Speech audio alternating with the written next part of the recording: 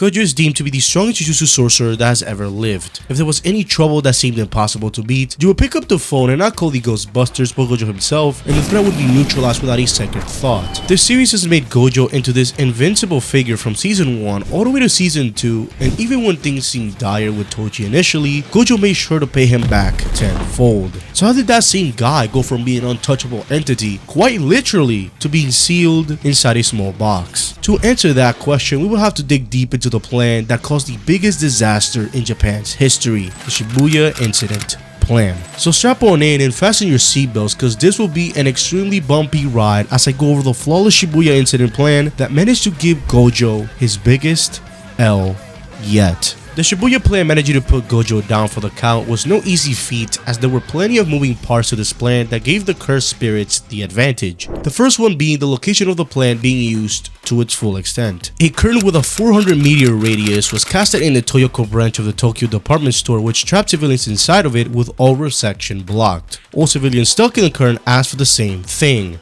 bring Satoru Gojo. Because of the curtain allowing sorcerers to leave and enter it, the sorcerer groups in the area have no choice but to stand by, as they are unable to break it with brute force, which forces them to depend on Gojo to minimize the damage. The civilians are all spread out throughout the area, and many are even sucked into the station, which makes the station extremely crowded in the basement level. As Gojo arrives through the curtain and reaches the basement level, he says that there is another curtain like the one above ground that's trapping non-sorcerers. Keep this in mind, as this will come into effect later on. Meanwhile, Juji's team with Mei Mei and Ueui change course as they find another curtain appearing at the Meiji Jingu Mei station. Gojo confronts the cursed spirits in the Fukutushin line platform B5F, and as he approaches them, an onslaught of people fall near him, which Jogo and Hanami use to their advantage as they kill many civilians as they rush at Gojo. They use domain amplification, which was about to reach Gojo, but he moves out of the way. Domain amplification works by the user covering themselves thinly with the domain like a cloak, which is able to not only go past the sure hit effect of the opponent's domain expansion,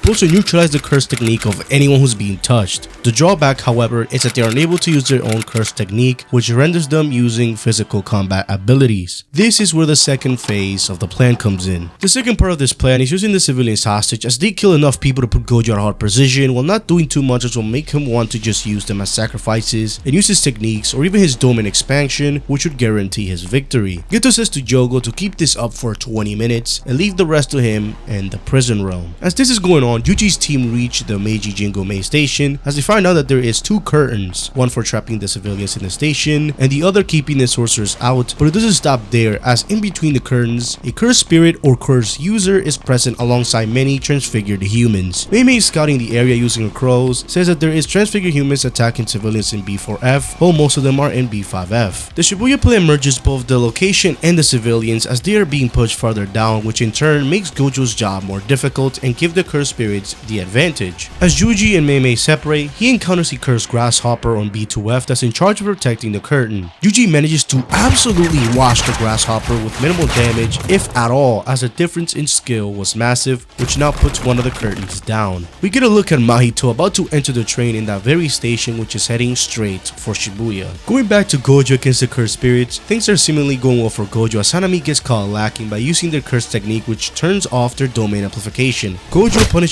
Hanami for this mistake not once but twice, as he not only rips out Hanami's roots out of their eyes, he also manages to crush Hanami by amplifying his technique, killing them off. Jogo is now in a precarious spot as he throws civilians at Gojo while trying to sneak attack him. Choso uses his blow manipulation to also distract Gojo. Civilians who are unable to see the curses are starting to get away from Gojo, which can give him the opening to grab Jogo. Jogo wonders what's taking so long, as we get a look at Geto, who says that Gojo needs to be more on edge. We go back to Juji's team as they arrive at platform B4F in the Meiji Jingu Mei station as they find a woman sitting on the ground. She vaguely says about monsters in her train full as she becomes a transfigured human. Juji gets frustrated but quickly realizes what's happening as the train arrives in Shibuya. Jogo smiles, saying that it's here as civilians rush towards the train. Unfortunately for them, it wasn't their escape route, it was their impending doom, as they find the train filled to the brim with transfigured humans, which was created by none other than Mahito. Many people end up getting devoured as the transfigured humans chase after all the civilians. Mahito rushes at Gojo and gets excited to see he is unable to touch him. He dodges Gojo's attack and says that one of the things he finds most disgusting about humans is that there are so many of them, as he points upward as more civilians drop down from B4F now that the atrium opened up.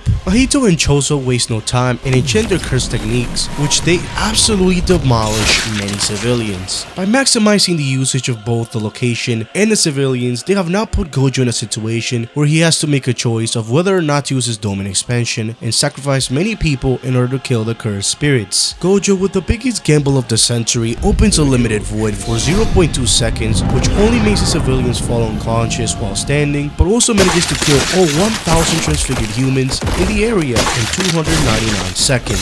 With things seemingly back in Gojo's favor, he starts breathing heavily from what he has done as he looks to a square box on the floor. This starts the final part of the Shibuya plan, and the most devastating: Geto and the prison realm. As said by Geto to the cursed spirits, the prison realm is a living barrier and the final remains of the Buddhist monk Genshin. There is nothing that the prison realm can't seal. However, there is only one condition. After they open the prison realm, they will have to keep Gojo in a 4-meter radius for a minute. Jugo is upset by this, as how on earth they will be able to keep him still for that long. Geto opens the prison realm, which his eye stares right at Gojo, and as he tries to get away, Geto finally shows himself to Gojo, which absolutely stuns him as he tries to figure out whether he's real or not. His six eyes reject all possibilities as memories with his best friend Geto run through his mind. Geto says to Jogo that by 1 minute he means 1 minute in his mind, as the prison realm apprehends Gojo. With Gojo unable to feel cursed energy and even move a muscle, this was officially checkmate, marking the victory for the cursed spirits. However, things don't end there, as Gojo screams at Geto who he really is, and even though his six eyes tell him he is Geto, his soul says otherwise. As he opens the scar on his forehead and opens his skull, he smiles as he says, how could he tell? We get the shocking reveal that the figure controlling Geto's body is able to switch bodies by switching brains using his technique, making it official that all of this time, the Geto we once knew from JJK 0 and even hidden inventory has been long dead, and his body has been used by someone else. This came to be because Gojo didn't let Shoko dispose of his body ever since he killed him, which is how he managed to steal his body and his techniques along with it. Gojo reminds him that there is someone else who beat Geto before he finished the job, that being Yuta, but he responds by saying that Yuta's boundless curse energy and his ability to copy techniques all come from his beloved Rika, which is why he is becoming the next Satoru Gojo. He tells Gojo good night and that they will meet again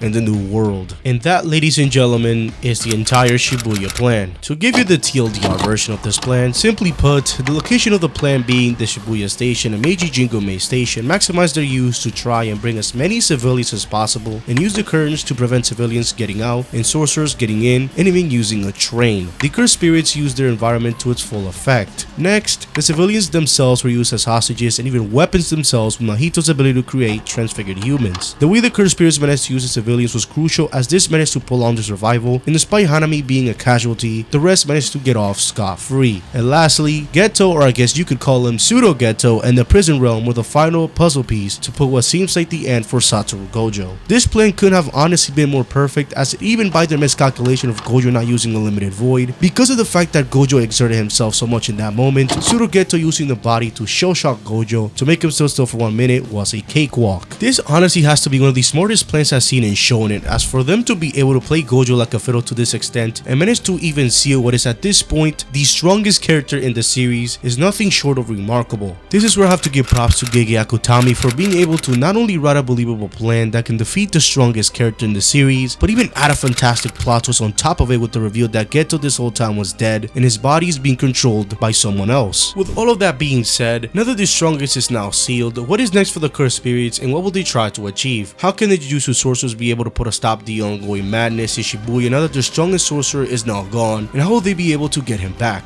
And more importantly, who is controlling Geto's body and what is his goal? Make sure you tune in every Thursday, because this will be a wild ride to say the least. But enough about me and my opinions. What are you guys' thoughts on the Shibuya plan? Could it have been better? Was there anything that the sorcerers could have done differently to prevent this from occurring? Leave your thoughts in the comment section down below. Also, hit the like as well as subscribe to the channel. I would greatly appreciate it. Here are 2 videos I recommend you watch immediately, and with that, hope you guys have a wonderful rest of the day wherever you are. See you guys next time.